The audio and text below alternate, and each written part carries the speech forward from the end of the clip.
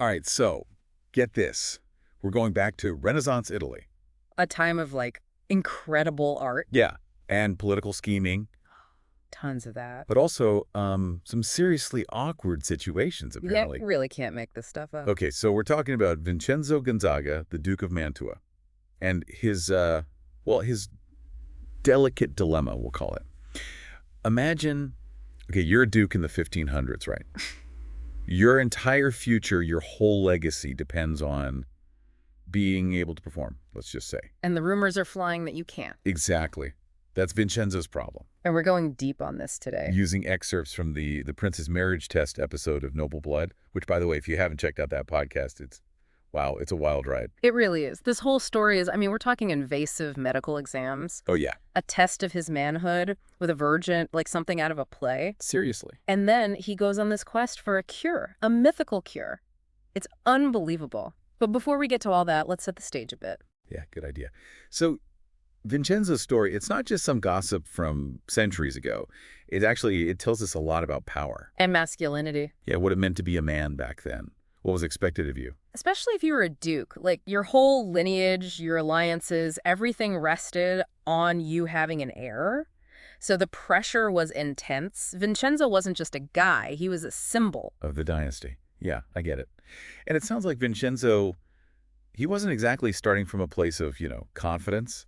His relationship with his father, Duke Guglielmo, it seemed pretty rough. Yeah, the sources paint Guglielmo as very stern, even cruel sometimes.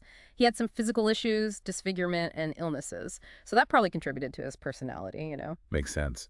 But growing up with that, I bet Vincenzo was always trying to get his dad's approval, but never quite. Yeah, like he wasn't good enough. And I think that feeling of not being enough, it really comes out in some of Vincenzo's actions. Okay, so what? Give us an example. Well, there's this incident with a young scholar, James Crichton. Brilliant guy, fluent in 12 languages, fencing prodigy. A true Renaissance man, really. And Guglielmo loved this guy. Adored him. And Vincenzo, wow. He didn't take it so well, did he? No. Out of jealousy, Vincenzo ended up killing Crichton. Wow. It was shocking. A real act of violence. I think it shows us how deep Vincenzo's insecurities ran. He was desperate to prove himself, to get his father's attention back on him. Like, hey, look at me, I'm the powerful one. Sad, really. It is. And that need to prove himself, it keeps coming up in Vincenzo's life. So, okay, we've got Vincenzo at 19 years old, carrying all this baggage, and then boom, he's pushed into this major political marriage to Margherita Farnese, only 14 at the time. Well, this marriage was huge. Not about love or anything. This was about forging an alliance, ending a rivalry that had gone on for generations between their families. They were vying for control of land in northern Italy. So uniting them was supposed to make them stronger, to stand against the Medici family over in Tuscany. High stakes. Absolutely. Vincenzo has to prove himself to his dad, to his family, secure this alliance, start producing heirs. Talk about pressure. And then it all goes wrong. What, he can't, The marriage can't be consummated. Big problem. Oh, man. I can only imagine the gossip. It wasn't just gossip. This was a full-blown crisis. Two powerful families, the balance of power in Italy. Everything's riding on this. So what they do, just give up. This is the 16th century, remember? No therapists, no couples counseling. Instead, they bring in the doctors. I bet those exams were... Invasive. Yes. Oh, absolutely. Poking, prodding, endless speculation, and the rumors just got worse. Some blamed Vincenzo, said he wasn't a real man. Others said it was Margherita's fault, that she was somehow defective. Awful. Poor Margherita. Yeah. Just a teenager in this mess. It shows how women were treated back then. Just pawns in these power games. So with everyone pointing fingers, who steps in to try and fix things? The Pope gets involved. Whoa, seriously. Well, not directly. He sends Cardinal Carlo Borromeo. This guy was powerful. He later became a saint, actually. Okay, so what does Borromeo do? Tell him to just, work it out.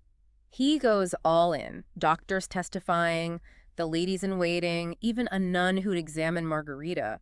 They brought in other virgins for comparison. Talk about humiliating. Unbelievable. They even thought about using pones to dilate Margherita. Cones? Seriously? It sounds crazy now, but back then that was their medical understanding. Lots of misconceptions about virginity, hymens, all that. Glad we've moved on from those. Me too.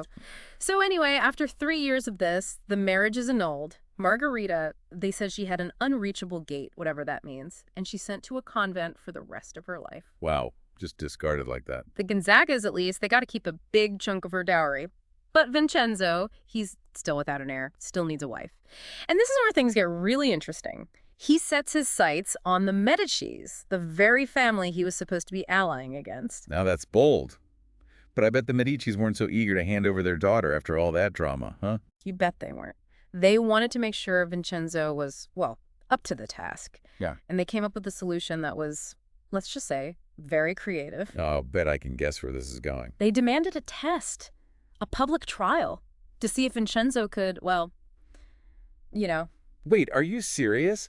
A public what? You heard that right. A public trial by erection. Oh my God. And that is where we'll pick up next time on The Deep Dive.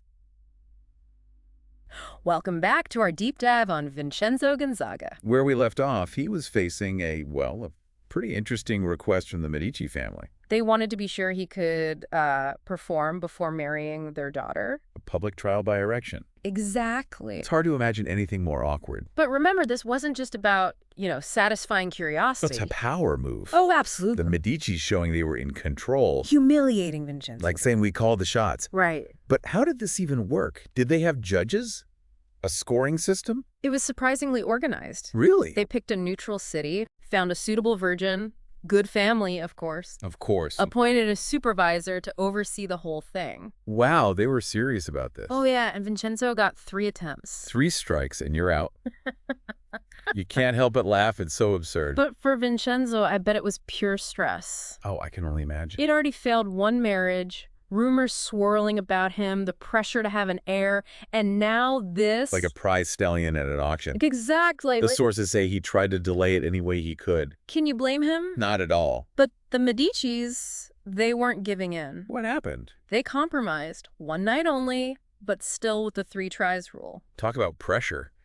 So did he, Took him 2 tries, but yeah, he was successful. Well, that's a relief, I guess. The Medicis were satisfied, the wedding went ahead.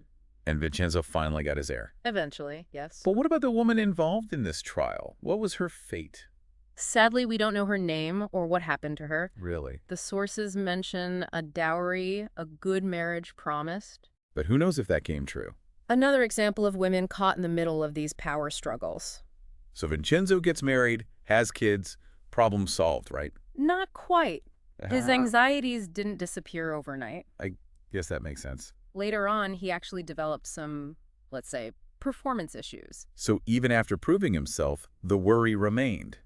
Exactly. What did he do? This is where the story gets even more fascinating. Okay, I'm intrigued. Remember that quest for a mythical cure I mentioned? Yeah. Vincenzo was desperate to find a solution for his, difficulties. Of course. He heard rumors about a South American worm A worm. called the gusano, supposed to have miraculous powers. Seriously. People believed all sorts of things back then. Right. When you're desperate, you'll try anything. So did he find this magical worm? He sent an apothecary on a 2-year journey to find it. Can you imagine? Wow. Talk about dedication. Did he come back with it? He did, but sadly, Vincenzo died soon after. We don't know if he ever got to use the gusano or if it would have even worked. What a cliffhanger. So what does it all mean, this lifelong quest for virility? Was it all for nothing? I think it goes beyond just Vincenzo. Yeah. It shows the immense pressure men faced and still face to live up to these expectations of masculinity. Like he was trapped in this cycle of proving himself, trying to meet an impossible standard. And he missed out on so much else because of it. That's true. Vincenzo did a lot for Mantua, for art, music, even social welfare programs. He was ahead of his time in some ways. He was a complex guy, capable of cruelty, but also compassion. Like you said earlier, history is rarely black and white. It's all shades of gray. Vincenzo's story is more than just one man's life. It raises questions about masculinity, power, the pressure to perform. Do we still hold men to those same standards today? Think about the messages we get about strength, dominance, success.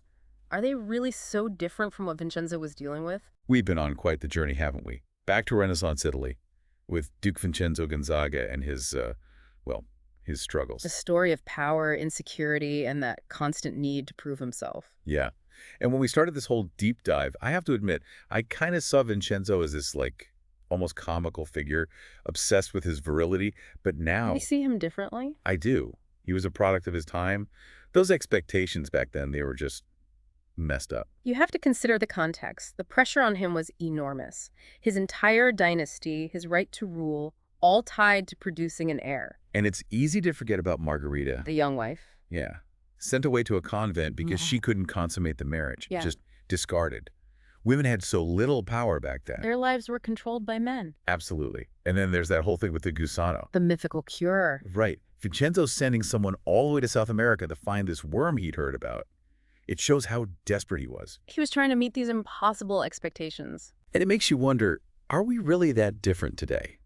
Okay, maybe we don't have public trials by erection anymore. But the pressure is still there, isn't it? Yeah. To perform, to succeed, to be this ideal man. It's everywhere. The media, advertising, just everyday life. Always pushing those same messages. Strength, success, stoicism, never show weakness. And that can be so damaging. It leads to anxiety, depression, all sorts of problems. Like we're stuck in this loop trying to live up to an impossible standard. And we lose sight of the important things. Relationships, well-being, just being ourselves, you know? So what can we learn from Vincenzo? What's the takeaway here? Well, I think it's a call to action, honestly. We got to challenge those old ideas about masculinity, create a better environment for men and women. Start by admitting there's a problem. Right. And then have honest conversations about what it means to be a man today. Redefine strength, redefine success. And support each other. Create spaces where men can be open about their feelings, their vulnerabilities, pursue what they're passionate about without judgment. Exactly. There's not just one way to be a man. We need to celebrate diversity, challenge stereotypes, build a culture that values compassion and authenticity. Vincenzo's story may be from centuries ago, but it has lessons for us today. True strength comes from embracing your emotions, not suppressing them, and from forging your own path, not conforming to what others expect. We've talked about a lot in this deep dive. Politics, medicine, trials, even a mythical cure. But really, Vincenzo's story, it's about being human. The search for acceptance, validation, a sense of belonging. And it reminds us that true fulfillment doesn't come from achievements or what society tells you to be. It's about being true to yourself, living a life aligned with your values. So we'll wrap up here, but we hope this got you thinking. What expectations are you holding on to? What pressures do you feel? How can you redefine success and masculinity for yourself? Make it empowering, make it authentic. And if you enjoyed this deep dive through history, make sure to subscribe to the deep dive for more explorations of the past and what we can learn from it. Until next time, keep questioning, keep exploring, and keep diving deep.